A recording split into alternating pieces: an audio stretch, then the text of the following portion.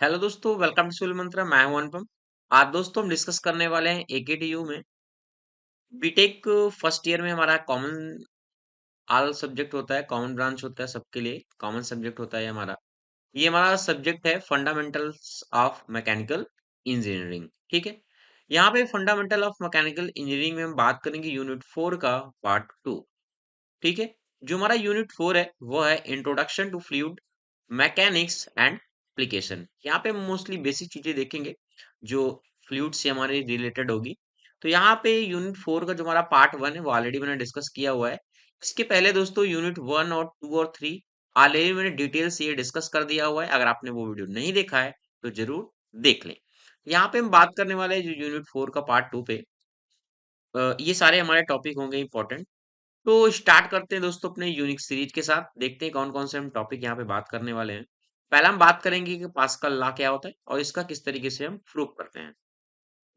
Second हम बात करेंगे कंटिन्यूटी इक्वेशन क्या होती है हमारी फ्लूइड थ्रू ए पाइप। अगर कोई फ्लूइड है और पाइप से पास हो रहा है तो उसकी कंटिन्यूटी इक्वेशन हमारी क्या होगी।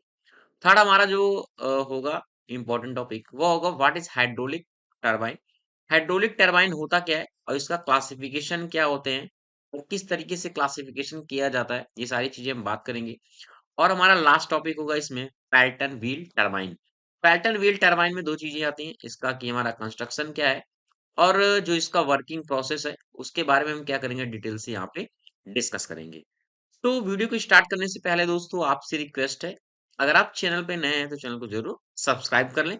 आइए दोस्तों स्टार्ट करते हैं। Definition.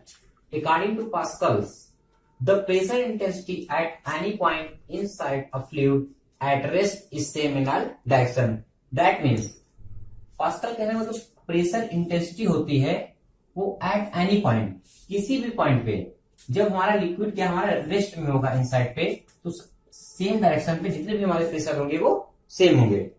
कहने का मीन्स दैट मीन्स कह रहा है कि P1 equal to P2 equal P3, ये हमारा रिलेशन है और हमें इसी को प्रूव करना है। आइए देखते हैं। हम एक स्मॉल एलिमेंट प्लीज कंसीडर कर लेते हैं।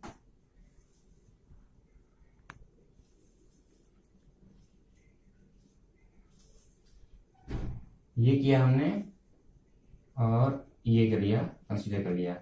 ये सपोज दैट हमारा थीटा है, ये A dash B, B dash C और C dash. Consider a small prism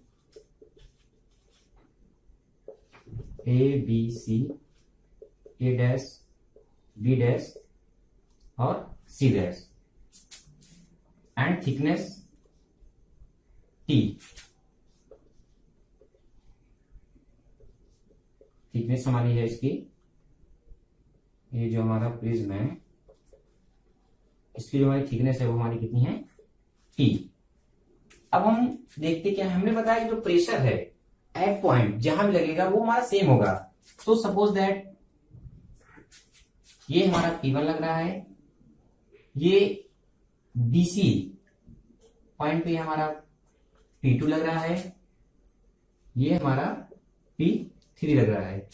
तो जब हमारा P3 लगेगा तो थीटा कंपोनेंट में हमारा डिवाइड हो जाएगा।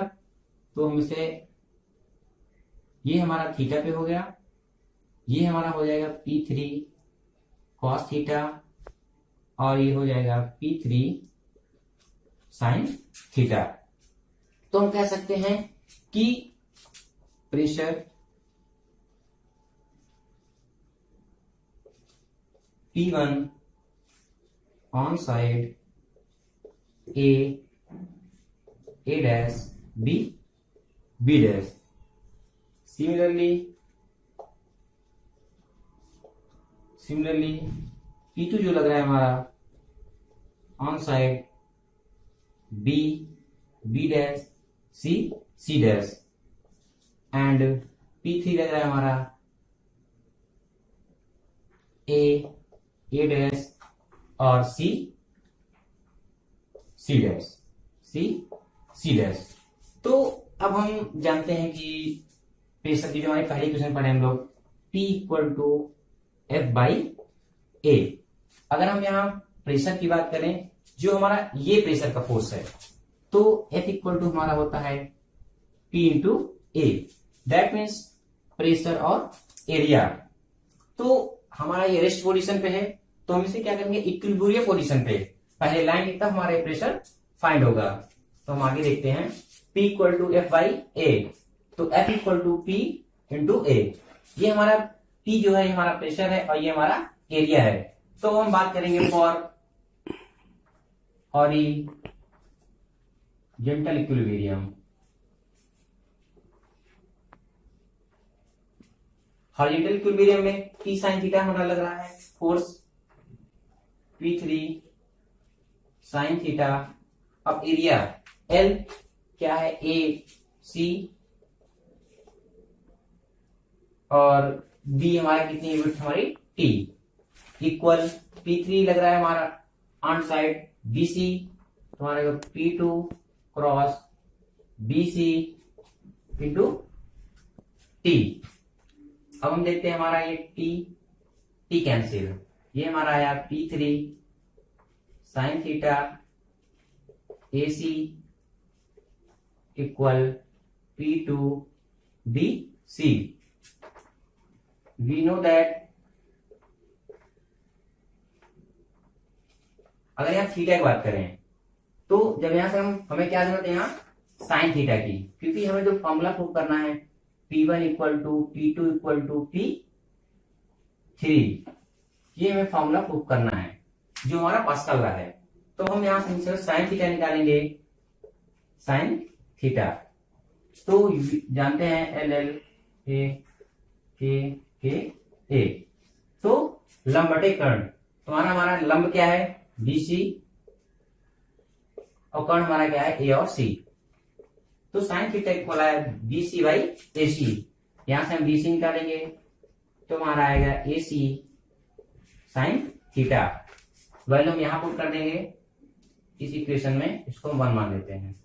तो हमारा आ जाएगा P3 sine theta cross AC P2, अब BC की वैल्यू पुट कर देंगे हम, तो हमारा आ जाएगा AC साइन थीटा।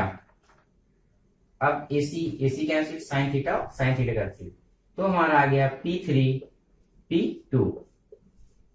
अब हमने बात की फॉर हॉरिजॉन्टल इक्विलिब्रियम, अब हम बात करेंगे फॉर वर्टिकल।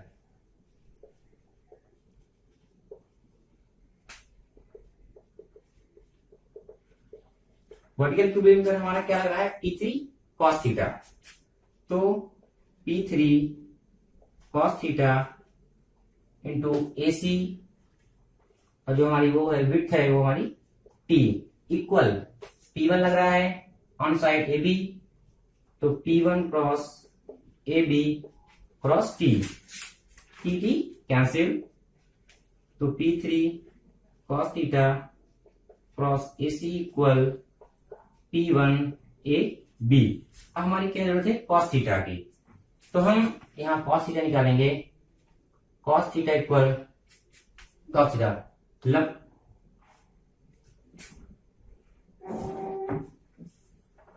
ध्यान नहीं दिया तुम लोग, लाल का आधार बटे कर्ण, तो बेस हमारा क्या है AB है बेस, और हमारा जो कर्ण है वो हमारा AC है। ठीक, ये हमारा हो गया बेस, ये हो गया हाइपोटेनस। तो अब हम यहां से वैल्यू निकालेंगे AB की, तो हमारा आएगा AB equal AC cos theta. Value हम यहां पुट कर देंगे cos थीटा की, AB की cos theta, AC P1 cross AC cos theta, AC cancel, cos theta cancel, तो हमारा आएगा P1 इक्वल टू P3। तो हम कह सकते हैं कि इन दोनों फॉर्मूलों से कि जो हमारा, अगर हमारा P3 इक्वल टू P2 है और P1 इक्वल टू P3 है, तो हम कह सकते हैं कि P1 equal to P2 equal to P3। ये हमारा पास्कल ला प्रूफ हो गया। कहने का मतलब जो हमारे प्रेशर थे, जो एट पॉइंट और जो डायरेक्शन पे वो सेम लग रहे हैं, P1 लग रहा है, P2 लग रहा है और P3 है, तीनों आपस में क्या है, इक्वल है। Thank you. कंटिन्यूटी इक्वेशन के बारे में कि कंटिन्यूटी हमारी इक्वेशन होती क्या है। जो पहले मैं बता दूं कि कंटिन्यूटी इक्वेशन हमारा जो होता है वो कंजर्वेशन ऑफ मास पे डिपेंड होता है। अब कंजर्वेशन ऑफ मास का मतलब क्या होता है, जैसे कि ऑलरेडी दोस्तों मैंने इसके पहले डिस्कस किया था कि जो भी हमारे कंजर्वेशन ऑफ एनर्जी क्या होती है, वैसे हम बात करते हैं कंजर्वेशन ऑफ मास की। सपोज दैट मैं एक एग्जांपल लेता हूं, बेस्ट एग्जांपल लेता हूं। सपोज दैट ये मेरा ऊपर का पॉकेट है, ये मेरा राइट का पॉकेट है, ये मेरा लेफ्ट का पॉकेट है। 3 पॉकेट है, मैंने तीनों में हमारे पास पैसे हैं। मैंने मान लिया 20-20 रुपए तीनों में है, 20-20 रुपए तीनों पे है। बट क्या है ना, अगर हम किसी पे पॉकेट से निकालता हूं पैसा, सपोज इस पॉकेट से मैंने पैसा निकाला, फिर इस पॉकेट में मेरे पास क्या आ जाए, बराबर 20-20 रुपए आ जाए, या फिर इस पॉकेट में आ जाए। कहने का मतलब ना, जो भी हमारा टोटल रुपए है वो हमारा क्या हो, संरक्षण रहे, यानी कंजर्व रहे। ठीक है, तो इस तरीके से हमारी जो प्रॉपर्टी होती है वो वर्क करती है। कैसे अभी देखेंगे। इसी तरह हमारे होता है कंजर्वेशन ऑफ मास। अब कंजर्वेशन ऑफ मास को मतलब क्या होता है, जो हमारी कंटिन्यूटी इक्वेशन होती है वो बेस्ड होती है कंजर्वेशन ऑफ मास पे। अब इसकी बात करते हैं डिफिनेशन के बारे में कि कंटिन्यूटी हमारी इक्वेशन की डिफिनेशन क्या होती है। डिफिनेशन क्या कहती है कि if no fluid added or remove from the pipe, कोई भी हमारा पाइप है उसमें हम क्या करें, ना फ्लूइड को ऐड कर रहे हैं, ना कोई हम फ्लूइड डाल रहे हैं, ना कोई फ्लूइड को क्या कर रहे हैं, रिमूव कर रहे हैं पूरे पाइप से ऑफ एनी लेंथ, जो भी मेरा पूरा पाइप है, then mass passing across the different section shall be the same. जो हमारा मास पास होगा ना, यानी जो हमारा फ्लूइड पास होगा, हमारा फ्लूइड का पूरा मास पास होगा, वो कोई भी सेक्शन पे सेम होगा। कहने का मतलब इस सेक्शन पे हम चेक करेंगे बाहर तो भी सेम होगा, इस सेक्शन पे चेक करेंगे तो उस पे भी सेम होगा। ये हमारी डिफिनेशन कहती है। कहने का मतलब जो हमारा मास फ्लो रेट है ना, जो हमारा मास फ्लो रेट है, जितना हम पानी डाल रहे हैं, जितना हम पानी डाल रहे हैं उतना पानी हमें क्या हो रहा है, मिल जा रहा है। यही हमारी कंटिन्यूटी इक्वेशन कहती है। कहने का मतलब ये मेरा सपोज दैट पाइप है, जिसके पाइप मैंने दिखाया हुआ है, तो जितना कंटिन्यूटी इक्वेशन क्या कहती है, जितना हमने पाइप डाला, पानी डाला, फ्लूइड डाला, उसको मास फ्लो रेट क्या है, कांस्टेंट है, उतना हमें फ्लूइड क्या हो जा रहा है, मिल जा रहा है। तो इस तरीके से जो हमारी प्रॉपर्टी कहलाती है वो कहलाती है हमारी कंटिन्यूटी इक्वेशन, कंटिन्यूटी प्रॉपर्टी होती है। ठीक है, अब हम बात करते हैं कैसे इसको प्रूव करेंगे। देखो, जैसे मैंने बताया mass flow rate, mass flow rate का मतलब क्या है, M upon T, mass with respect to the time, time में। ठीक है, तो एम अपॉन टी। अब हमें पता है ये रिलेशन डेंसिटी इक्वल टू क्या होता है हमारा, एम अपॉन वी होता है, एम अपॉन वी होता है। ठीक है, एम अपॉन वी होता है। अब मैं क्या कर रहा हूं, जो P और V को मैंने इस साइड लिया, रो और V को, और M हमें चाहिए क्या, मास फ्लो रेट चाहिए, T से हम डिवाइड करेंगे। मैंने T से यहां पे डिवाइड कर लिया, यहां भी T से डिवाइड कर दिया। ठीक है, कोई दिक्कत नहीं है। अब हमारा क्या रो है, ये हमारा क्या था, मास पर वॉल्यूम था, तो वॉल्यूम है तो एरिया इंटू लेंथ हम लिख सकते हैं। इसको देखना एक बार फिर से, क्योंकि मैं नहीं चाहता कि अगर मैं डायरेक्ट रिजल्ट यहां दिखा दूंगा तो आपको कंफ्यूजन होगा, ये आया कहां से। देखो मतलब आया कहां से, एक एक कॉन्सेप्ट को आप डिटेल से समझो, ताकि आपको अगर न्यूमेरिकल भी ऐसे आता है थोड़ा कि मास फ्लो रेट दिया हुआ है, टाइम के रिस्पेक्ट में दिया हुआ है, तो आप न्यूमेरिकल भी इजिली कर लेंगे। ओके दोस्तों, तो देखते हैं। तो ये हो गया रो, एरिया इंटू लेंथ, ये टी और टी। अब देखो ये रो है, ये हमारा क्या एरिया है, जो एल अपॉन टी है, ये हमारा वेलोसिटी है ना, वेलोसिटी है, वेलोसिटी है, कंफर्म है, तो इसलिए मैंने वी से डिनोट कर दिया। यानी हमारा जो मास फ्लो रेट है वो कितना होगा, रो ए और वी होगा। ठीक है, अब समझ में आ गया कि रो ए वी कहां से आया। तब देखते हैं।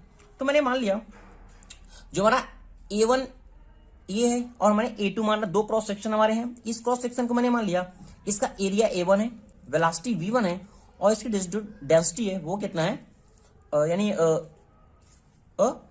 1 मान लिया। ठीक है, रो 1 मान लिया। इसी तरह A2, V2 एंड रो 2, ये तीनों मैंने कंसीडर कर लिया। इसके बाद देखते हैं जो हमारा मास पास हो रहा है सेक्शन ए से, वो कितना होगा, रो A1 एंड V1, जैसा कि मैंने यहां निकाला हुआ है।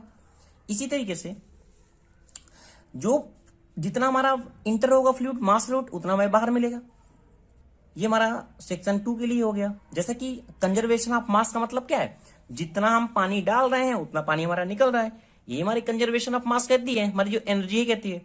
तो उसके अकॉर्डिंग जो हमारा दोनों सेक्शन का पासिंग फ्लूइड होगा, मास फ्लो रेट होगा, वो क्या होगा, इक्वल होगा। तो दोनों को मैंने इक्वल कर दिया। जब दोनों को इक्वल करेंगे तो ये हमें मिल गया कि क्या होता है, कॉन्टिन्यूटी इक्वेशन हमारी प्राप्त हो गई। बट अगर हमारा फ्लूइड इनकंप्रेसिबल है, फ्लूइड इनकंप्रेसिबल में क्या होता है, इसके पहले जब दोस्तों मैंने प्रॉपर्टी बताया था, फ्लूइड की प्रॉपर्टी बताया, तो मैंने बताया था जो हमारी इनकंप्रेसिबल फ्लूइड होता है, इनकंप्रेसिबल फ्लूइड होता है वो इस तरीके का फ्लूइड होता है जहां हमारा डेंसिटी जो होती है वह हमारी क्या होती है, कांस्टेंट होती है। क्या होती है, डेंसिटी कांस्टेंट होती है। तो जब डेंसिटी कांस्टेंट होगी तो हमारी डेंसिटी कैंसिल आउट हो जाएगी दोनों। तो A1 V1 equal to A2 V2, this is called the continuity equation. Classification of steam turbine के बारे में, तो जो हमारा स्टीम टरबाइन का क्लासिफिकेशन है उसके अकॉर्डिंग किया गया है, उसके बारे में हम डिटेल से बात करेंगे। वीडियो को स्टार्ट करने से पहले दोस्तों आपसे रिक्वेस्ट है, अगर आप चैनल पे नए हैं तो चैनल को जरूर सब्सक्राइब कर लें। तो पहले जान लेते हैं हम कि हमारा स्टीम टरबाइन होता क्या है। तो देखो, स्टीम टरबाइन का मेन वर्क क्या होता है कि जो हमारी स्टीम एनर्जी से क्या करता है, वो मैकेनिकल एनर्जी में चेंज करता है। ठीक है, हमारा होता क्या है, एक हमारा इस तरीके से टरबाइन होता है, टरबाइन है भाई। अब इसमें क्या है, बॉयलर से क्या हो रहा है, स्टीम आ रही है। स्टीम जैसे आती है तो टरबाइन में क्या लगी होती है, ब्लेड लगी होती है। इस ब्लेड में क्या होता है, ये स्टीम टकराता है और ये क्या होती है, मूव करती है, यानी स्टीम एनर्जी आई और ये क्या होती है, मैकेनिकल एनर्जी में चेंज होता है। ठीक है, अब ये जो स्टीम एनर्जी है मैकेनिकल एनर्जी में किस तरीके से चेंज होता है, तो पहले क्या होता है, हमारी जो स्टीम आती है बॉयलर से, वह क्या होता है, इस टरबाइन में आया तो यहाँ पे क्या होता है, जब ये मूव होता है तो एक तरीके से हमारा क्या होता है, काइनेटिक एनर्जी जनरेट होती है। फर्स्टली तो काइनेटिक एनर्जी हमारी जनरेट होती है, फिर हमारी यहाँ पे क्या होती है, मैकेनिकल एनर्जी मिलती है, फिर आगे जो हम यूज करते हैं उसे एज ए इलेक्ट्रिसिटी के रूप में यूज करते हैं, यानी इलेक्ट्रिसिटी प्रोड्यूस करते हैं, किसके द्वारा, स्टीम टरबाइन के द्वारा।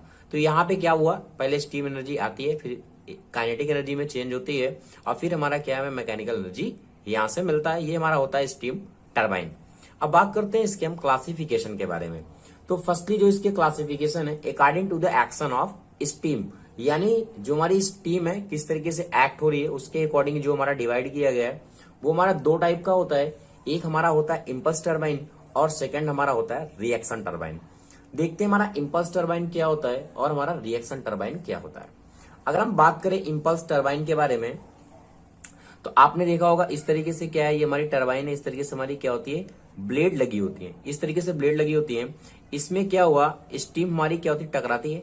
अब टकराने से क्या होता है, ये जो ब्लेड होता है, ये रोटर हमारा क्या है, इस तरीके से मूव करता है, यानी जैसे हमारी स्टीम क्या होती है, स्ट्राइक होती है, यहाँ पे हमें क्या मिलता है, काइनेटिक एनर्जी हमारी जनरेट हो रही है। तो वही कह रहा है कि steam strike the blade with in kinetic energy, या फिर यहाँ पे हमारे जैसे स्ट्राइक होता है तो हमें यहाँ पे क्या होता है, काइनेटिक एनर्जी जनरेट होता है, किसमें, ये इम्पल्स टरबाइन में। और इस जो हमारा इम्पल्स टरबाइन में एक कंडीशन और होती है, जो हमारा स्टीम का प्रेशर होता है वो हमारा रिमेन्स क्या होता है, कांस्टेंट होता है। अभी हम आगे इसी में पढ़ेंगे, जब हम ग्राफ पढ़ेंगे, इसका ग्राफ से डिस्कस करेंगे, जब हम स्टीम और प्रेशर का, प्रेशर और वेलोसिटी का ग्राफ देखेंगे तो उसमें देखेंगे हमारा जो प्रेशर होता है वो रिमेन्स क्या होता है, कांस्टेंट रहता है। ठीक है, किस कंडीशन में, इम्पल्स टरबाइन में। क्योंकि होता क्या है, इसमें लगी होती है ब्लेड, जब ये ब्लेड लगी होती हैं और हमारा क्या लगा, टरबाइन लगा होता है, तो फर्स्टली क्या होता है, जो हमारा ग्राफ जैसे बनता है तो इस तरीके से हमारा आता है, पहले जो हमारा प्रेशर है इस तरीके से रिड्यूस होता है, अब फिर हमारा जब जैसे ही ब्लेड से टकराता है वो कंटिन्यू क्या होता है, कांस्टेंट रहता है। तो वही क्या है, स्टीम प्रेशर हमारा क्या होता है, कांस्टेंट होता है, किसमें, इम्पल्स टरबाइन में। और इसमें थर्ड पॉइंट लिखा हुआ है कि blade are symmetrical. Impulse turbine में ब्लेड सिमेट्रिक होती हैं। सिमेट्रिक कहने का मतलब इस तरीके से कप टाइप की होती है। अगर हम इसका मिरर ऑब्जेक्ट देखें तो दोनों क्या है, एक दूसरे के क्या है, सिमेट्रिक है। तो ये हमारा होता है इम्पल्स टरबाइन में। बात करते हैं सेकंड हम रिएक्शन टरबाइन में। रिएक्शन टरबाइन में क्या होता है, आपने देखा होगा जैसे कि इस टाइप की हमारी जो केसिंग बनी होती है रिएक्शन टरबाइन में इस तरीके से, तो इसमें होता क्या है, जो हमारी स्टीम स्ट्राइक होती है ब्लेड पे तो उसमें क्या है, प्रेशर एनर्जी और काइनेटिक एनर्जी दोनों अवेलेबल होती हैं। ठीक है, क्योंकि यहाँ पे क्या है, प्रेशर एनर्जी के द्वारा ही हमारा काइनेटिक एनर्जी हमें मिलती है, यानी दोनों प्रेशर एनर्जी और काइनेटिक एनर्जी दोनों होती है, किसमें, रिएक्शन टरबाइन में। बट यहाँ क्या हो रहा था, इम्पल्स टरबाइन में ओनली क्या हो रहा था, काइनेटिक एनर्जी हमें मिलती थी। यहाँ पे steam strike is reduce pressure. इस कंडीशन में जो हमारी रिएक्शन टरबाइन में होता है, इसमें क्या होता है, जो हमारा प्रेशर होता है वो कंटिन्यू क्या होता है, रिड्यूस होता है। ठीक है, ये आपको याद रखना है, क्योंकि इसमें होता क्या है, इस पे लगी होती है ब्लेड। जैसे हमारी टरबाइन है तो इसमें क्या होती है, फिक्स ब्लेड लगी होगी, मूविंग ब्लेड लगी है, फिर फिक्स ब्लेड है, फिर मूविंग ब्लेड लगी होती है। तो हमारा प्रेशर इसमें होता क्या है, जैसे हमारा प्रेशर का अगर हम ग्राफ देखेंगे तो हमारा प्रेशर क्या होता है, इस तरीके से रिड्यूस होता है कंटिन्यू। जैसे आया, इस फिक्स ब्लेड से टकराएगा तो इस तरीके से रिड्यूस होगा, फिर अगेन मूविंग ब्लेड पे आएगा तो फिर से रिड्यूस होगा। यानी प्रेशर क्या होता है, कंटिन्यू रिड्यूस होता है किसमें, रिएक्शन टरबाइन में।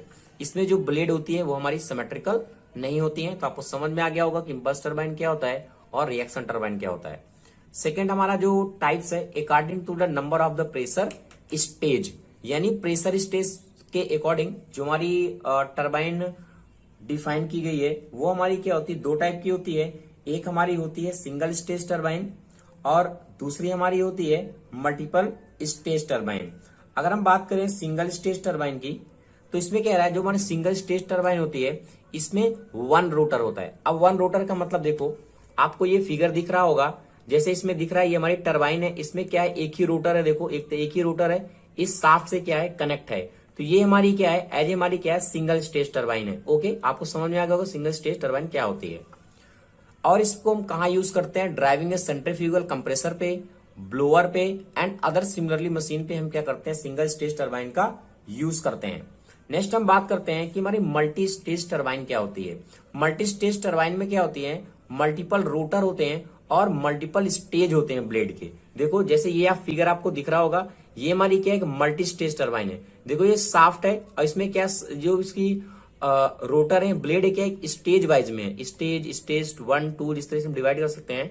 तो ये हमारी क्या होती है, मल्टी स्टेज टरबाइन होती है। इसको हम क्या करते हैं, वाइड रेंज में यूज करते हैं जहां पे हमें इलेक्ट्रिसिटी प्रोड्यूस करना होता है। ठीक है, नेक्स्ट क्लासिफिकेशन के बारे में हम बात करते हैं, वो होता है according to the direction of flow.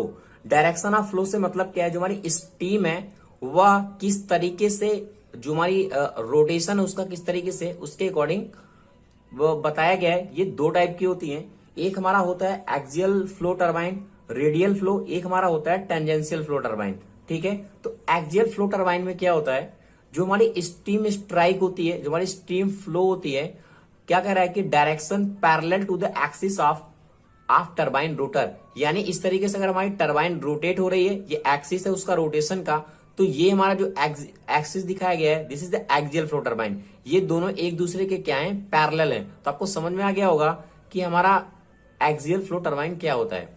अगर हम बात करें रेडियल फ्लो टरबाइन की, तो रेडियल फ्लो टरबाइन में क्या होता है कि the steam flow in a direction perpendicular to the axis of turbine rotor. यानी ये अगर एक्सिस है टरबाइन का रोटर का, तो रेडियल क्या है, इसके एक तरीके से परपेंडिकुलर है। देखो ये एक्सियल है, ये क्या है, रेडियल कंपोनेंट है। ठीक है, तो ये क्या होता है, रेडियल फ्लो में जो इसका डायरेक्शन होता है वो क्या होता है, परपेंडिकुलर होता है। और टेंजेंशियल में क्या होता है, इसके क्या होता है, टेंजेंट होता है, फ्लो होता है। ठीक है, तो ये हमारा होता है axial flow turbine and radial flow turbine. Next हमारा जो क्लासिफिकेशन है वो है according to the method of governing. तो इसमें क्या होती है, गवर्निंग हमारी 3 टाइप की होती है।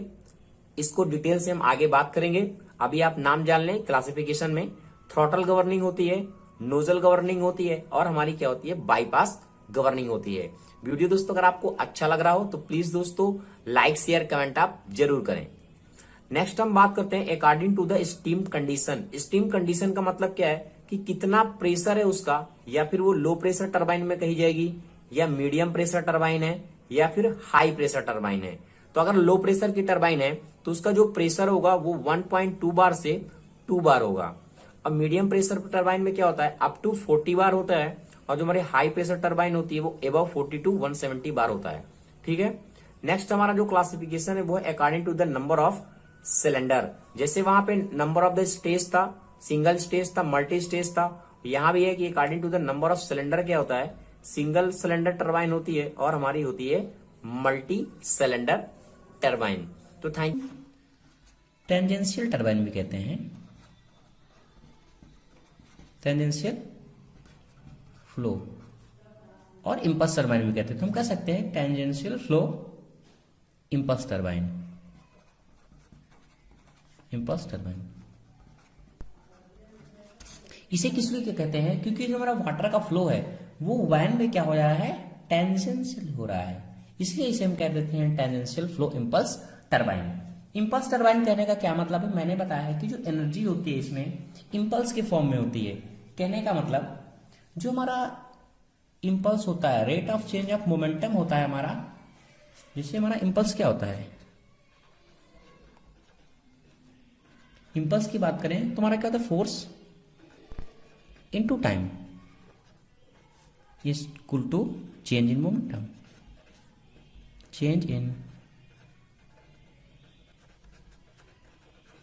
मोमेंटम। तो उसमें जो भी हमारी एनर्जी होती है वो हमारी क्या होती है, काइनेटिक एनर्जी होती है, हम कह सकते हैं वेलोसिटी हेड होता है। तो आइए उसके इंपॉर्टेंट फर्स्ट पार्ट की बात करें। जो हमारा फर्स्ट इसमें इंपॉर्टेंट पार्ट क्या है, वो है नोजल, नोजल एंड स्पीयर। ये हमारा क्या है, नोजल है। ये हमारा क्या है, नोजल है, जो ऐसे होता है, ऐसा कुछ बना होता है नोजल, ये ऐसे, ये हमारा क्या होता है, नोजल होता है, ओके। और ये हमारा क्या है, स्पीयर है।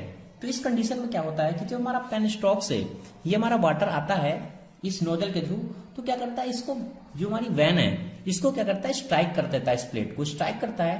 तो हमारी क्या होती है, टरबाइन ये हमारी जो होती है क्या करती है, मूव करती है। और ये हमारा रनर होता है, ये कनेक्ट होता है एक शाफ्ट से।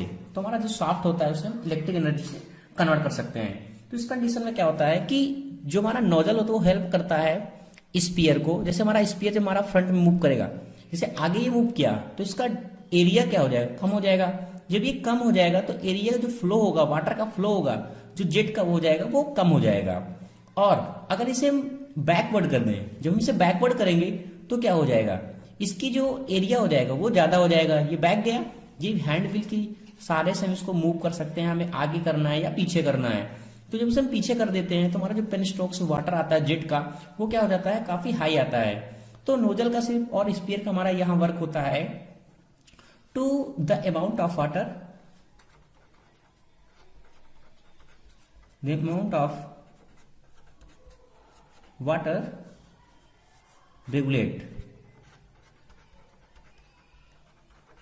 वो क्या करता है, हमारा क्या करता है, रेगुलेट का काम करता है। तो इसी तरह हमारा जो स्पीयर होती है इसे फ्रंट या मूव हम कर सकते हैं। इसके सारे जो हमारी वाटर का होता है अरेंजमेंट को हम क्या कर सकते हैं, पुश या फॉरवर्ड करके जो हमारा वाटर का फ्लो है वो हम इंक्रीज भी कर सकते हैं या डिक्रीज भी कर सकते हैं। तो ये वर्क होता है हमारा नोजल का और स्पीयर का। हम अगर सेकेंड बात करें, जो हमारी रनर है, रनर रनर और वैन, ये क्या होती है, रनर और वैन्स। तो हमारी रनर क्या होती है, एक सर्कुलर अरेंजमेंट होता है जिसमें क्या होता है, सर्कुलर हमारी डिस्क होती है जिसमें हमारी जो बकेट होती है, this is called bucket, also इसको हम वैन भी कर सकते हैं। ये हमारी क्या है, ये हमारी क्या है, वैन है। तो इसमें जो है ऐसे करके इसका कुछ ऐसे कप, जैसे हमारा कप होता है क्या, मतलब ऐसे ऐसे इसका कुछ अरेंजमेंट होता है कप का। तो ये हमारी करती है रनर का जो डिस्क साइड में होती है, इसके चारों ओर क्या होते हैं, बकेट का अरेंजमेंट होता है।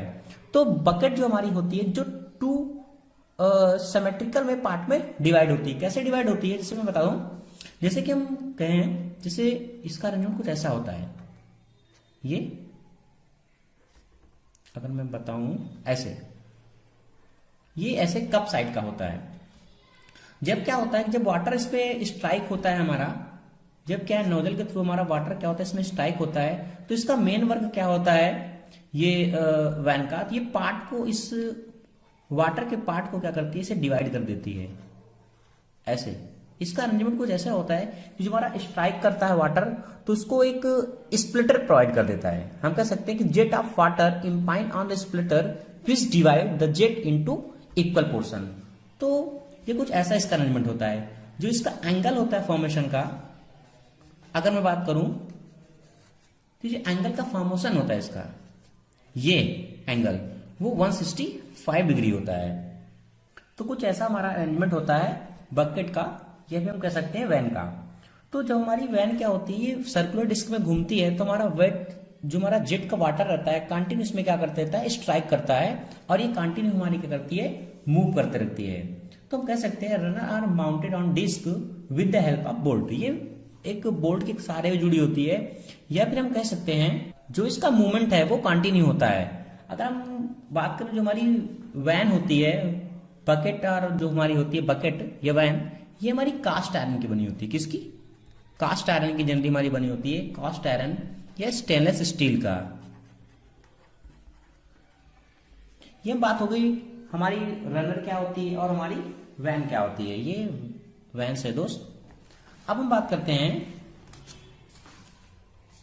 कि इसमें ब्रेकिंग जेट क्या होता है। एक हमारी लगी होती है braking jet. Braking jet braking jet का मेन वर्क क्या होता है कि जब हमारा वाटर इसमें स्ट्राइक करता है कंटिन्यू बकेट में, तो ये क्या करता है, कंटिन्यू मूव करता रहता है। अगर हम इस पेन स्ट्रोक को या बकेट को, स्पीयर को बंद भी कर दे वाटर को, तब भी हमारी कंटिन्यू मोमेंट ऑफ इनर्शिया का रूल फॉलो करते हुए ये कंटिन्यू क्या करती है, मूव करती रहती है। इस व्हील को, इस रनर को रोकने के लिए डिस्क को हम क्या करते हैं, एक ब्रेकिंग नोजल लगाते हैं, ब्रेकिंग जेट या ब्रेकिंग नोजल लगाते हैं, जिसमें हम क्या करते हैं, इसमें वाटर का फ्लो करते हैं। वाटर का फ्लो करते हैं तो धीरे धीरे क्या हो जाती है, जो हमारी रनर होती है, जो हमारा डिस्क होता है, वो क्या कर देता है, स्टॉप हो जाता है। तो इस तरीके से ये वर्क करती है। ये मेनली जो वर्क करती है वो करती है मोमेंट ऑफ इनर्शिया पे।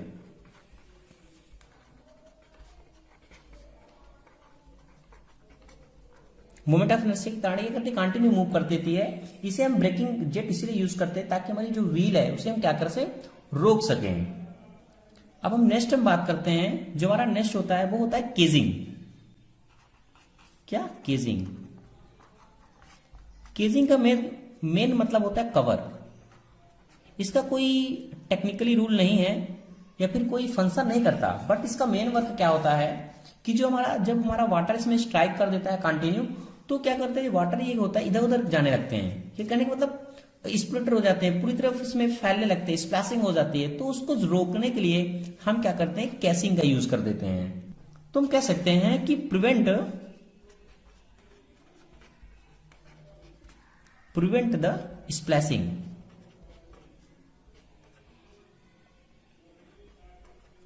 Splashing of the water.